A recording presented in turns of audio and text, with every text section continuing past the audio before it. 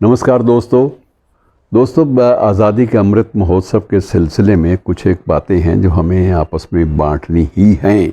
इनको दोहराना बड़ा ज़रूरी है और दोहराने का मकसद सिर्फ़ एक होता है कि जब कभी भविष्य में ऐसा घटनाक्रम, ईश्वर ना करे ऐसा कोई भी समय आए या ऐसी कोई भी दास्तान में से हमें गुज़रने को मजबूर किया जाए, बेशक छोटे स्तर पे, तो उस वक्त कौन कौन सी सावधानियां ज़रूरी होती हैं, ये बातें बहुत आवश्यक हैं हमारे लिए समझना इन बातों को। एक दिलचस्प बात मैं आपको बताऊं कि जिस दिन निर्णय हुआ कि पाकिस्तान इधर भारत, तो उसमें सबसे बड़ा काम ये था कि बंटवारा चीज़ों का कैसे हो। एक काम ये था। दूसरा था पैसे का। अब पैसे का मसला ये था कि उस वक्त इम्पीरियल बैंक के नाम से ही सारी करेंसी छपा करती थी। शाही ब्रिटेन का जो इम्पीरियल बैंक था, इम्पीरियल बैंक के नाम से सारे नोट छपा करते थे। और पाकिस्तान नाम तो 14 अगस्त को अस्तित्व में आया, उससे पहले सवाल ही पैदा नहीं होता। और उस वक्त ये ध्यान ही नहीं रहा कि आफ्टर ऑल नई करेंसी भी तो चाहिए, क्या किया जाए। और मित्रों, जब करेंसी के नोट बांटे गए तब ये तय हुआ कि रबड़ की मोहरें बनाई जाएं और रबड़ की मोहरें बनाकर उन नोटों पर लगाई जाएं कि ये पाकिस्तान का नोट है, ये भारत का नोट है। भारत के नोट में तो ज़रूरत नहीं थी, वो तो स्टेट बैंक ऑफ इंडिया के नाम से बाद में आ गया और पहले इम्पीरियल बैंक ऑफ इंडिया ही था।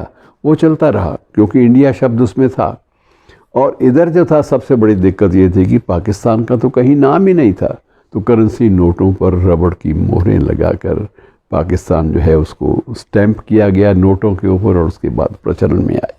दूसरी दिलचस्प बात यह थी कि जिस दिन बना उस दिन अनुमान लगाया कायदे आज़म जिन्ना ने कि हमारे पास तो 1 महीने का वेतन भी नहीं है अपनी फ़ौजों के लिए, अपने अमले के लिए, अपने स्टाफ के लिए। 1 मंथ सैलरी का प्रावधान भी हमारे पास नहीं है। और ये सारी चीज़ें जब तक वो बंटवारा ना हो जाए पूरा का पूरा, हम कहाँ से वेतन देंगे, खर्च कहाँ से करेंगे। पूरा देश चलाना है, छोटी मोटी बात तो है नहीं।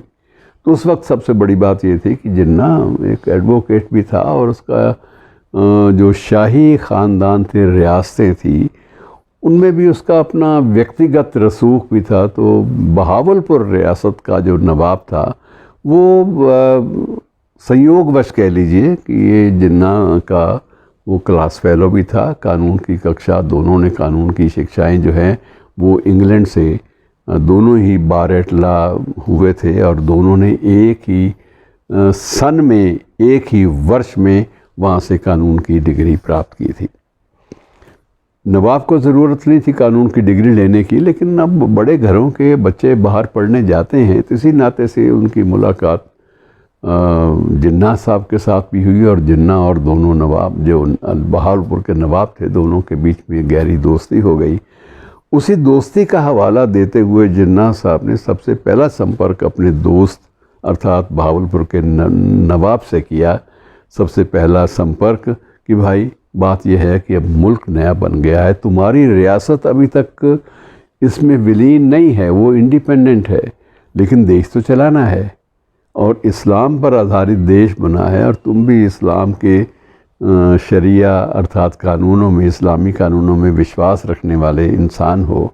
इसलिए मैं तुम्हें उसी शरीयत का एक दुहाई देते हुए शरीयत के नाम पर तुमसे मदद मांग रहा हूँ कि अपने इस नए मुल्क, इस्लामी सिद्धांतों के अनुसार गठित इस नए मुल्क के लिए कुछ आर्थिक संसाधन हमें देने का कष्ट करो, तकलीफ़ करो। और नवाब ने सारी स्थिति की संवेदनशीलता, सेंसिटिविटी को महसूस करते हुए 1 महीने का जो वेतन था वो गोल्ड की मुद्राओं के रूप में या अपनी रियासत की मुद्राओं के रूप में, जिस किसी रूप में भी प्रचलन था, उन सिक्कों के रूप में 1 महीने की सैलरी टोटल पाकिस्तानी आर्मी, सेना और स्टाफ के लिए ये अपने पर्सनल कोष से, अपनी रियासत के कोष से अदा की, ताकि इस्लामी सिद्धांतों के पर आधारित ये जो देश है, इस नया देश पाकिस्तान, ये कम से कम अपने